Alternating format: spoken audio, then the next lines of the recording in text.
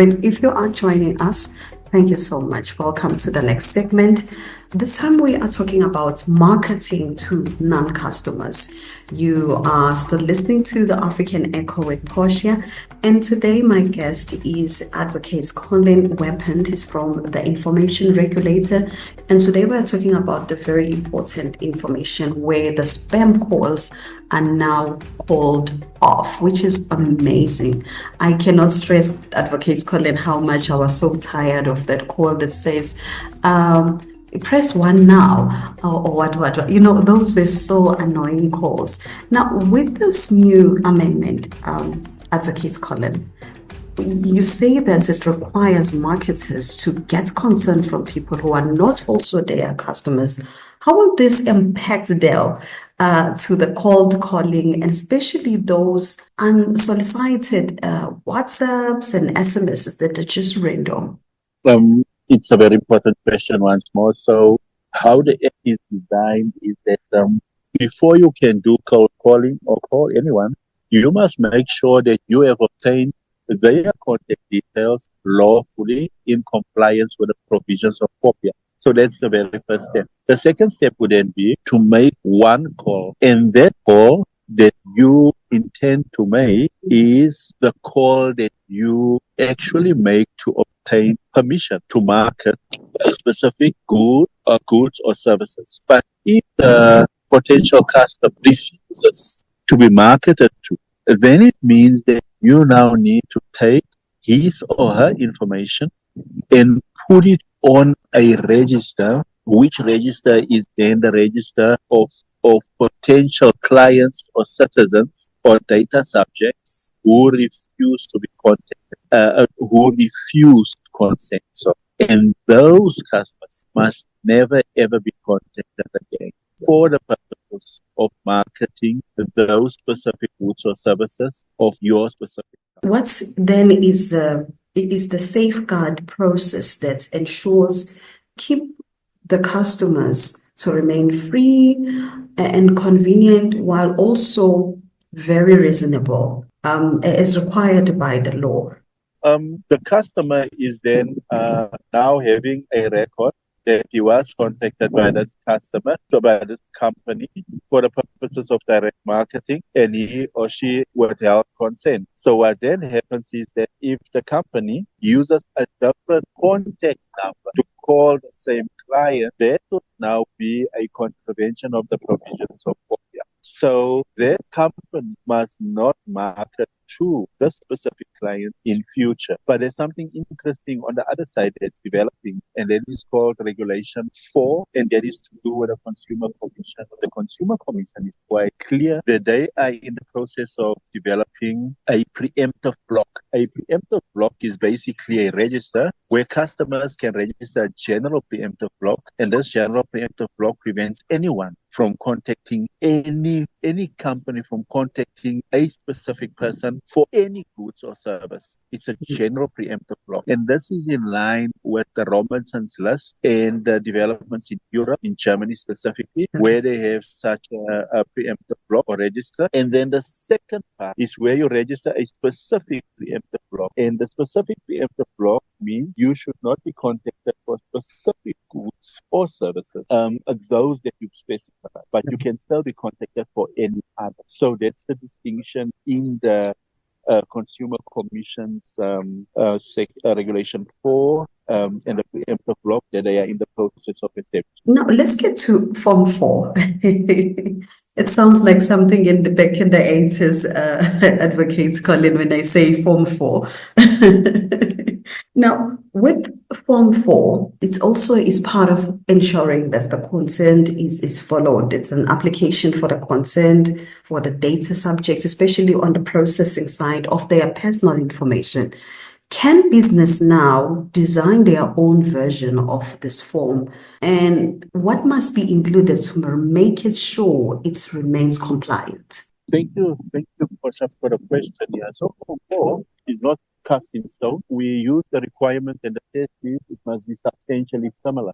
It must contain in the main the key aspects that Form 4, but the word substantially similar means that it should contain the main parts and the main elements of the specific form that we have developed. So that would be the test, and that would also then be the basis on which the substantially similar will be allowed as part of properly regulating direct market. So, in nutshell, the businesses just need to follow these elements to ensure that everything is compliant as well. Correct. No, you're quite correct on that one. It means that they must meet the test of being substantially similar, so that it doesn't reflect and correlate or correspond. That is awesome. Now, back to my favorite subject now, Advocate Collen, the rights for data subjects. The updating regulations, when I scroll through them, it requires marketers to clearly inform people of their rights to object to the data processing. My favorite line. That is my favorite line. Why was this not strongly enforced prior until we find ourselves in a bit of a dusty situation? Well, sure. So in the past, we didn't have the guidance note on direct marketing, and where a data subject could object was one line which was hidden somewhere. And what we've now done with the regulations is to make sure that those instances of non-compliance where a data subject has objected, the company must, but also complemented by the guidance note. Because what a guidance note is doing is to actually explain the regulations in detail and to provide a context for it and to make it simpler for companies or responsible parties as well as data subjects. So both of them can understand the context and can refer to it. Even though the guidance note is not law, the regulations is actually law. And the guidance note is there to supplement, to complement, and to assist the interpretation of the regulations. So that's basically how the regulator has designed these mechanisms to ensure and these measures that there is substantial traction and that people are aware of their rights and that they can object. And if they do object, then companies should not proceed to process their personal question. Is it possible, Advocates for Collen, just an ordinary citizen like myself and anybody else, to object to having their data used, especially to say, delete this, me in your call list or whatever list that I am at?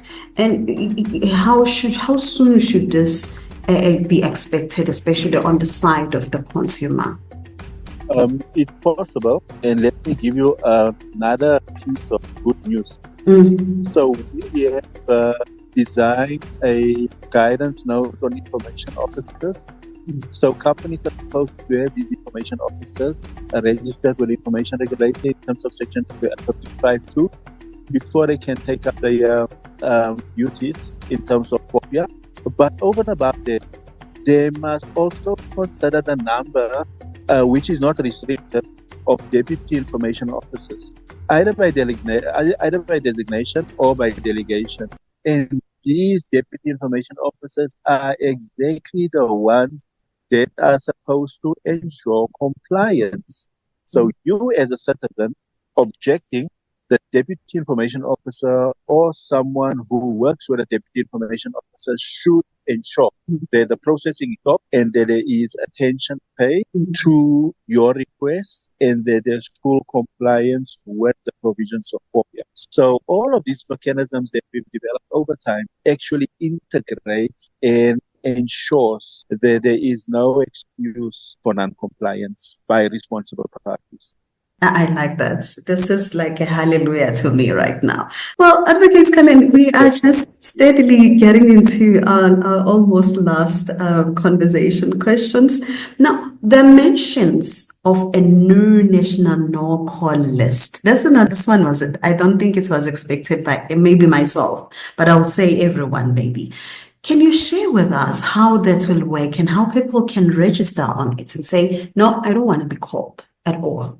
So, Portia, this is a process that's currently being undertaken by the Consumer Commission, where they are busy establishing the preemptive block. So what a preemptive block in practice will mean and what will happen happen is that if you, for instance, register a general preemptive block, means that any company who intends to market to you must first go to the preemptive block register, first confirms if your name is on the list or the register. If your name is on the register, it means that there is a general preemptive block and nobody should call you, not even once, to obtain consent to market to you, because the general preemptive block is a stronger measure, which then now requires compliance from the onset because the data subject or the citizen has expressed his or her wish not to be contacted at all whatsoever.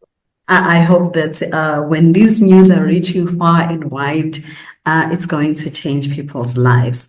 Will the information regulator maintain this list, or this is between you and the commission? So the furthest that the information regulators regulations are going is for companies to exercise the call once to obtain consent to market. And if the company has exercised that right to call and you have withheld your consent, they must put your name on a register of people who has refused to be marketed to. That's the part of the information regulator. The part of the consumer commission is the preemptive block register, where you can either register a general one or a specific one. But these are two separate processes and two separate measures that are available to the citizens of South Africa. So basically, the information regulator's parameter is actually one where you can call once, and that call is to obtain consent from you as a potential customer to be marketed to. But if you refuse or you withhold your consent, then it means that you should not be contacted in future and your name must be placed on that register of that specific company. But in the case of the Consumer Commission, they've got stronger measures. They have a general or specific preemptive block, and if the name appears, for instance, under the general preemptive block, it now means that people or companies should not call you to market or to obtain any consent from you, because you have registered a general preemptive block which prevents them from even exercising the right of calling. You have indicated that you don't even wish to be contacted from a company to obtain consent to market to you. So those are the measures that are currently being processed or implemented by the Consumer Commission. And then we, as the information regulator, have our own measures, which allows a company to call you once, provided obviously that they obtain your personal information directly from you or from a public document or record, and then they can proceed to market to you. With the new protections in place, what message do you have for South Africans that are frustrated by the constant marketing calls? And also, how can people then stay informed about their rights, or also by report the violations?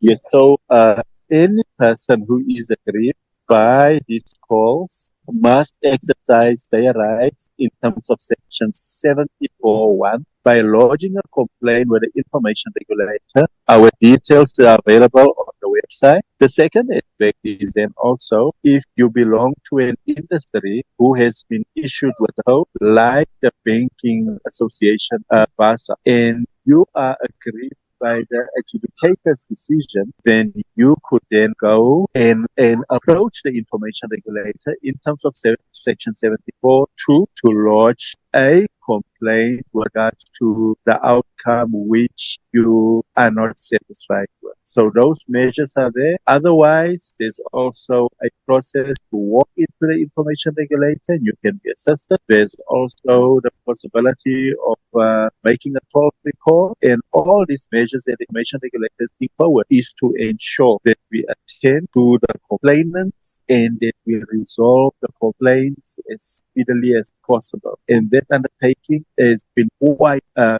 focus, and you will see in our annual reports that we've achieved 100% of solving simple complaints, and that we have achieved an extensively high number on complex complaints as well. So the Information Regulator is determined to ensure that we deal and regulate with instances of non-compliance, specifically with regards to direct marketing. Just to assist also the advocates calling the marketers now, where can they go to ensure that they are compliant with the updated POPIA regulations? Marketers have always have access to DMASA, and DMASA assists them, and they can also call the Information Regulator. We have issued a guidance note. We've explained the guidance note. The guidance note is available. We've also issued the regulations. We've explained the regulations, but the regulations are not, some instances, easy to understand, like the guidance note, and the Information Regulator remains available. I mean, I'm accessible in the public body